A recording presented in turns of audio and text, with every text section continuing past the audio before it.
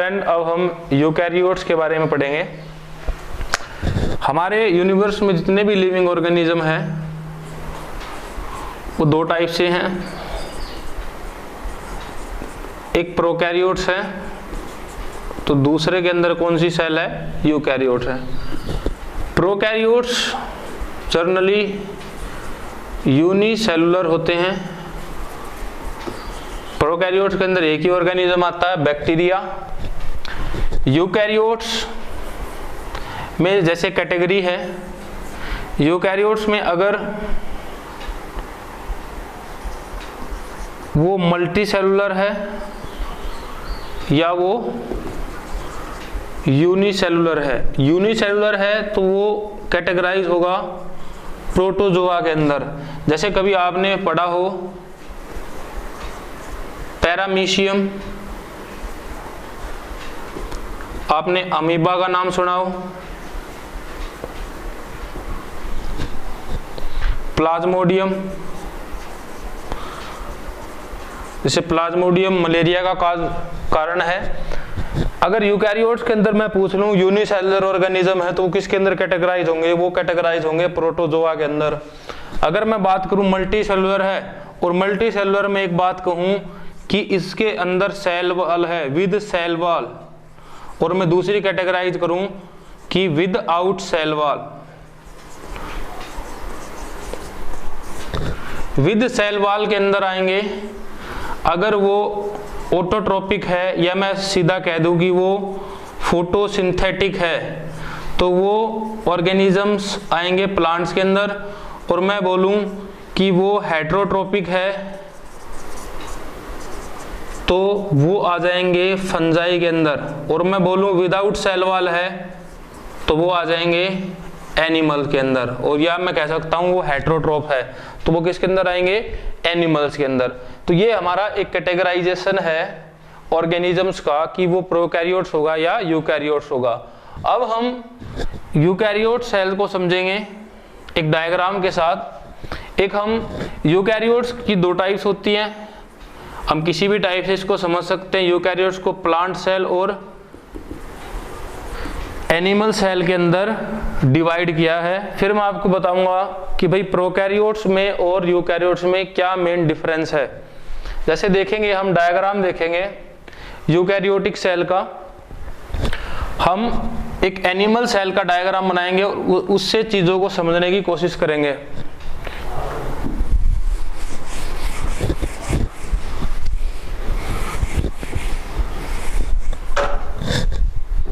This is the diagram for eukaryotic cell, animal cell.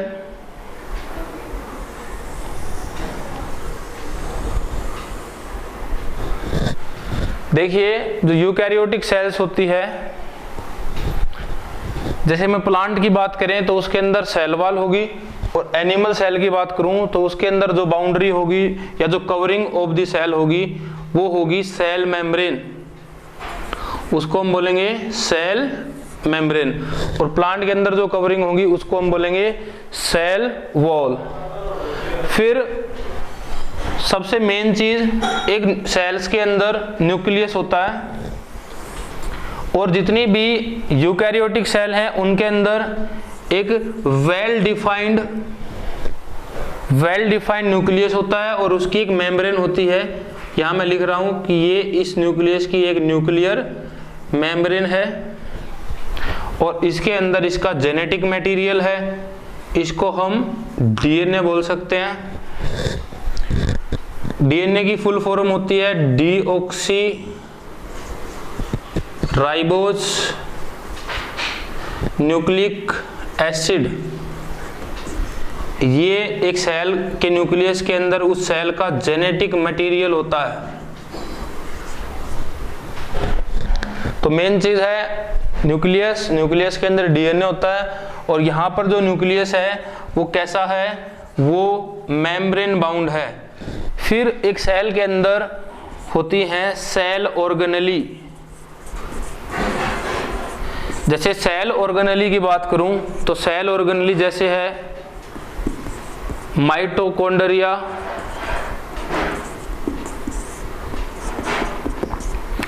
Cell organelle है, जैसे Golgi apparatus या Golgi complex. Cell organelle जैसे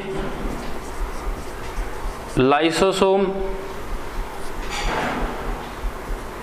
cell organelle जैसे ribosome. Cell organelle जैसे centriole. तो ये एनिमल सेल्स के अंदर कुछ मेम्ब्रेन बाउंड सेल ऑर्गेनेली होती हैं जो बहुत ही ज़्यादा इंपॉर्टेंट है। इसी सेल ऑर्गेनेली में न्यूक्लियस भी आता है। न्यूक्लियस भी क्या है? एक मेम्ब्रेन बाउंड सेल ऑर्गेनेली है।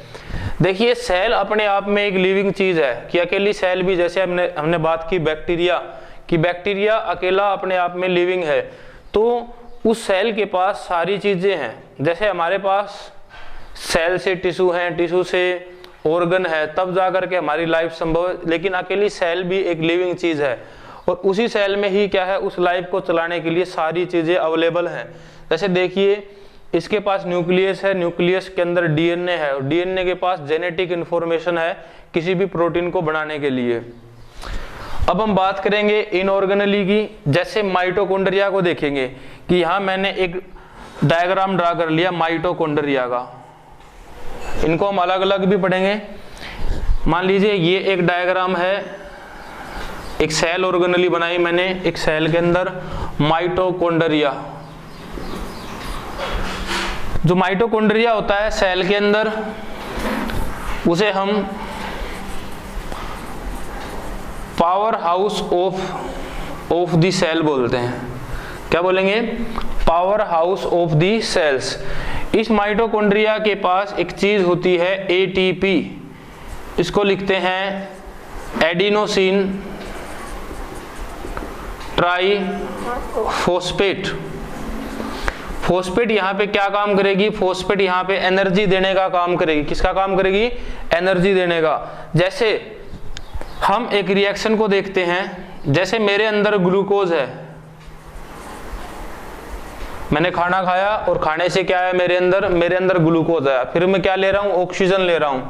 तो ये चीजें मेरी सेल में जाने के बाद ग्लूकोज ऑक्सीडाइज होता है, मतलब ग्लूकोज की ऑक्सीजन के साथ रिएक्शन होती है, तो ये कन्वर्ट होता है कार्बन डाइऑक्साइड के अंदर, H2O के अंदर, और यहां से मिलती है एनर्जी। क्या मिलती है?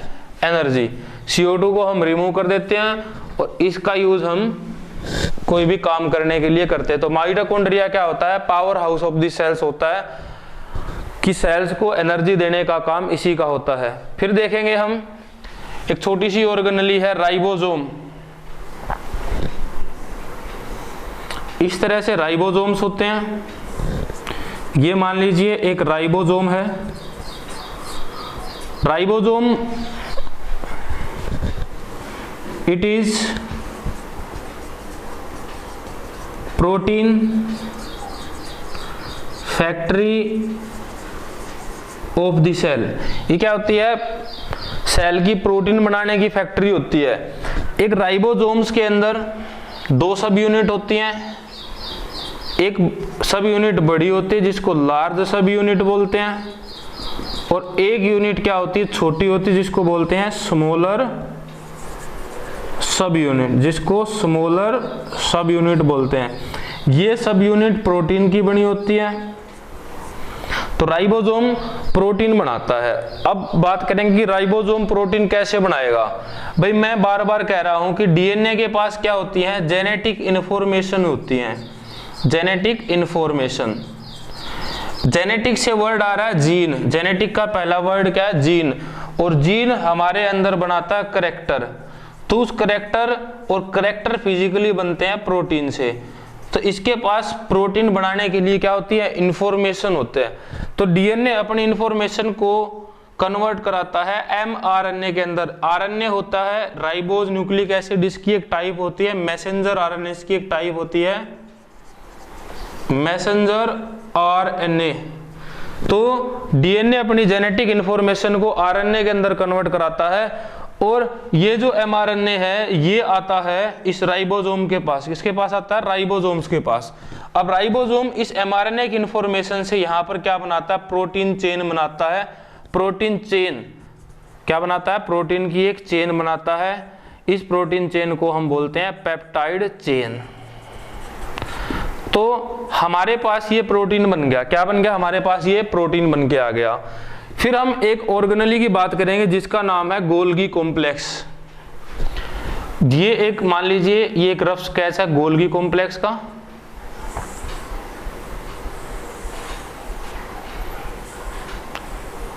इस तरह से एक ऑर्गेनेली होती है जिसको बोलते हैं गोल्गी बॉडी या गोल्गी अपरेटस या गोल्गी कॉम्प्लेक्स। अब एक चीज देखिए, ये जो प्रोटीन है, ये जो प्रोटीन बन के आया है इस डीएनए ने जो प्रोटीन बनाया है, इस प्रोटीन का यूज कहाँ पे होगा? या इस प्रोटीन में कोई चीज मॉडिफाई करनी हो तो वो मॉडिफिकेशन कौन करता है? गोल्गी कॉम्प्लेक्स करता है। तो गोल्गी कॉम्प्लेक्स की एक डेफिनेशन बनती है कि भाई पहली बात तो it have cis and trans face. इसके पास दो फेस हैं, एक फेस को सिस बोलेंगे, एक को ट्रांस बोलेंगे। दूसरी मेन इंपॉर्टेंट जो गोल्गी अपरेटस के बारे में है कि भाई ये क्या करता है? इट डू पोस्ट ट्रांसक्रिप्शनल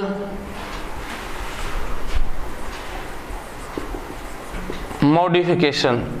अभी समझाते हैं कि सिस फेस क्या है, ट्रांस फेस क्या है। मान लीजिए ये जो प्रोटीन है, ये प्रोटीन यहां आया, जो बन गया था हमारे पास प्रोटीन। इस प्रोटीन में हमने कोई मॉडिफिकेशन करनी है। क्या करनी है? मॉडिफिकेशन। इस प्रोटीन में मॉडिफिकेशन करनी है तो ये यहां से इंटर करेगा। ये जो एक फेस है ये इसका सिस फेस है, तो ये प्रोटीन जो है यहां से इंटर करेगा और ये प्रोटीन यहां से निकलेगा। ये फेस क्या है? इसका ट्रांस फेस है। अब यहां से यहां आने में क्या हुआ? इसमें कुछ मॉडिफिकेशन हुई। जैसे मान लीजिए मेरे पास एक प्रोटीन था, मॉडिफिकेशन का मतलब मेरे पास प्रोटीन था, ठीक है। अब ये प्रोटीन में ग्लाइकोजन मिल गई तो ये प्रोटीन बन गया ग्लाइकोप्रोटीन। क्या बन गया? ग्लाइकोप्रोटीन। मेरे पास मॉडिफिकेशन के लिए लिपिड मॉलिक्यूल था। लिपिड क्या होते हैं? फैट होते हैं। क्या होते हैं? फैट। अब इस लिपिड में मान लीजिए मॉडिफिकेशन करनी है, इसमें ग्लूकोज की मॉडिफिकेशन करनी है, तो ये लिपिड बन गया ग्लाइकोलिपिड। क्या बन गया? ग्लाइकोलिपिड। तो इस तरह की जो भी मॉडिफिकेशन होंगी वो कौन करेगा? वो गोल्गी कॉम्प्लेक्स करेगा। क्या करेगा? Golgi complex. जैसे मैं आपको पढ़ाऊंगा कि भाई एनिमल की जो सेल मेम्ब्रेन है वो बनी होती है ग्लाइकोलिपिड की और ग्लाइकोप्रोटीन की। तो जो ग्लाइकोलिपिड और ग्लाइकोप्रोटीन है, जैसे यहां से हमने देखा कि इसने सिर्फ प्रोटीन बनाया था, अब इस प्रोटीन को ग्लाइकोप्रोटीन किसने बनाया? इसने बनाया। अब ग्लाइकोप्रोटीन का यूज कहां पर है? ग्लाइकोप्रोटीन का यूज है सेल मेम्ब्रेन को बनाने के लिए। तो हमने पढ़ा कि गोल्गी ऑपरेटस क्या करता है? पोस्ट ट्रांसक्रिप्शनल मॉडिफिकेशन, या मैं कहता हूं कि प्रोटीन और लिपिड के अंदर मॉडिफिकेशन करता है ताकि इनका यूज मेम्ब्रेन बायोजेनेसिस या मेम्ब्रेन की सिंथेसिस के लिए हो सके। फिर हम अगली ऑर्गेनेली पढ़ते हैं लाइसोसोम। क्या पढ़ेंगे? लाइसोसोम। यहां पर एक लाइसोसोम बना लीजिए। ये मान लीजिए लाइसोसोम बना दिया मैंने। लाइसोसोम भी क्या है? मेम्ब्रेन बाउंड ऑर्गेनेली है। पहली बात कि जो भी यूकैरियोटिक सेल्स होंगे उनके अंदर जितने भी ऑर्गेनेली होंगी वो एक मेम्ब्रेन के अंदर होगी। जैसे हमने बैक्टीरिया के अंदर देखा था कि जो न्यूक्लियस है उस पर कोई मेम्ब्रेन नहीं थी। लाइसोसोम, लाइसोसोम क्या को लिखते हैं हम? It is suicide bag of the cell. क्या लिखा मैंने? लाइसोसोम क्या होता है? It is the suicidal bag of the cell. कि भाई suicidal bag of the cell से मतलब है कि भाई ये माइटोकॉन्ड्रिया, एक सेल के अंदर एक नहीं बहुत सारे माइटोकॉन्ड्रिया हो सकते हैं। मान लीजिए ये माइटोकॉन्ड्रिया काम नहीं कर रहा तो ये इस पे लाइसोसोम क्या करेगा? इसके ऊपर कुछ एंजाइम रिलीज कर देगा। क्या रिलीज कर देगा? एंजाइम। ये जो एंजाइम होते हैं, ये एंजाइम हाइड्रोलाइटिक नेचर के होते हैं। ये एंजाइम जो हैं हाइड्रोलाइटिक नेचर के होते हैं कि ये एंजाइम इस ऑर्गेनेली को हाइड्रोलाइज कर देंगे, इसको घोल देंगे, जिसके कारण क्या हो जाएगी, ये ऑर्गेनेली की क्या हो जाएगी, डेथ हो जाएगी, खत्म हो जाएगी। मान लीजिए ये सेल भी काम नहीं कर रही है, तो इस सेल को ये इस सेल पे ये एंजाइम क्या कर, ये जो लाइसोसोम है अपने एंजाइम रिलीज कर देगा, हाइड्रोलाइटिक एंजाइम, जिससे ये सेल क्या हो जाएगी, पूरी तरह से खत्म हो जाएगी। तो इसलिए लाइसोसोम को क्या बोलते हैं, suicidal bag of the cells बोलते हैं, क्योंकि ये अपनी ही सेल को ही खत्म कर देता है जब वो सेल काम नहीं कर रही होती है। अब हम एक ऑर्गेनेली की बात करेंगे जिसका नाम है सेंट्रियोल। देखिए कोई भी सेल है, सेल का नेचर होता है कि सेल डिवाइड करती हैं। अब सेल डिवाइड होगी, एक सेल है उससे मेरे पास 2 डॉटर सेल बन गई,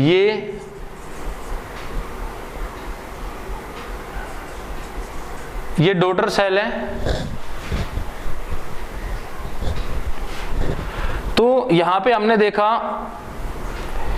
ये जो ऑर्गेनेली हमारी दिख रही है सेल मेम्ब्रेन के अंदर, ये सारी की सारी एक फ्लूइड के अंदर होती हैं जिसको बोलते हैं साइटोप्लाज्म। साइटोप्लाज्म एक फ्लूइड होता है जिसके अंदर ये सभी ऑर्गेनेली जो है फ्लोट करेंगी, सभी ऑर्गेनेली जो है फ्लोट करेंगी। तो यहाँ पे मेरे पास क्या है, साइटोप्लाज्म का डिवीजन हो रहा है, और यहाँ पर मेरे पास किसका डिवीजन हो रहा है, न्यूक्लियस का डिवीजन हो रहा है। तो न्यूक्लियस के डिवीजन के लिए यहाँ पे पोल्स पे कुछ ऑर्गेनेली डेवलप होती हैं जो क्या करेंगी, इस न्यूक्लियस को डिवीजन का काम करेंगी, और न्यूक्लियस के डिवीजन का जो काम होता है वो होता है सेंट्रियोल से। ये था एक बेसिक स्केच यूकैरियोटिक सेल का आइडिया लगाने के लिए। अब हम इन सभी ऑर्गेनेली को डिटेल में पढ़ेंगे, इसे आप नोट कर लीजिए।